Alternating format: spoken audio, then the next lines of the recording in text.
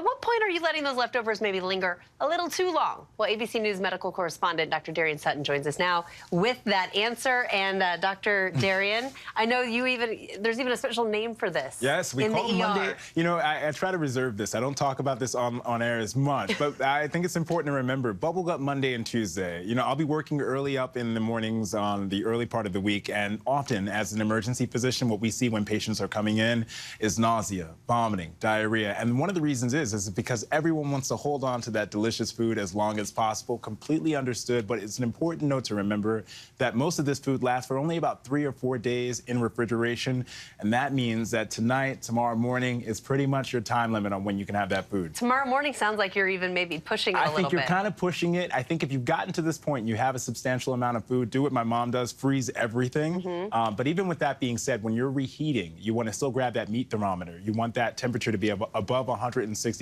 degrees for that meat and that poultry, and you want to make sure of that, because then if you don't, then that increases the risk of bacterial growth and infection. Okay, you heard it here. You have to eat it tonight. Yes. We also have a bunch of food recalls out there right now. Let's talk about these. The CDC is warning us about a salmonella outbreak linked to cucumbers. Yeah. Hanson Brook Farms recalling organic eggs distributed at Costco locations because of a potential for salmonella. What do people need to be on the lookout for? And also, it feels like we're hearing about these constantly. Is it coming out more, or we're just hearing about it? There's a couple of reasons why we're hearing about it more. One of the reasons, Rhiannon, is because we have advanced testing. And so you have better advanced testing, you're better able to locate these outbreaks. Another reason is because we have larger farms. That increases the risk of infection. Another reason is because our food is becoming more distant from us. That increases the opportunities for breaks to happen in the processing. And then another reason are processed food. The more processed your food is, the more possibility of contamination. So what do? If you know that you might have been exposed to salmonella, number one, check yourself. If you're having symptoms of nausea, vomiting, diarrhea, and you feel like you can treat your symptoms from the comfort of your own home, that's fantastic. I think for the majority, that will be the experience.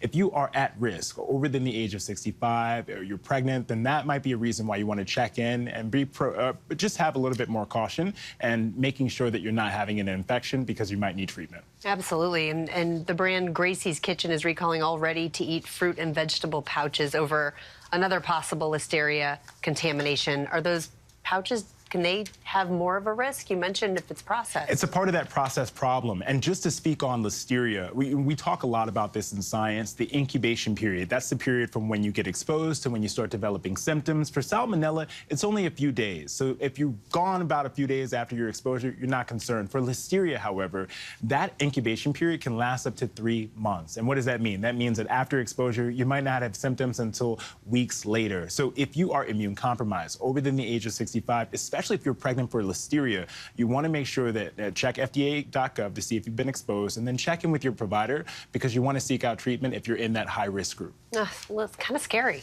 It is scary, but this is also important, helpful, and I think we should always welcome these outbreak informationals, because when we do have them, we're better informed. If you know better, you do better. Check FDA.gov, check the use-by dates, check your products, and if you notice them, throw them out and clean surfaces that they touch. Check them all. Thank you, Dr. Darien Sutton, as always.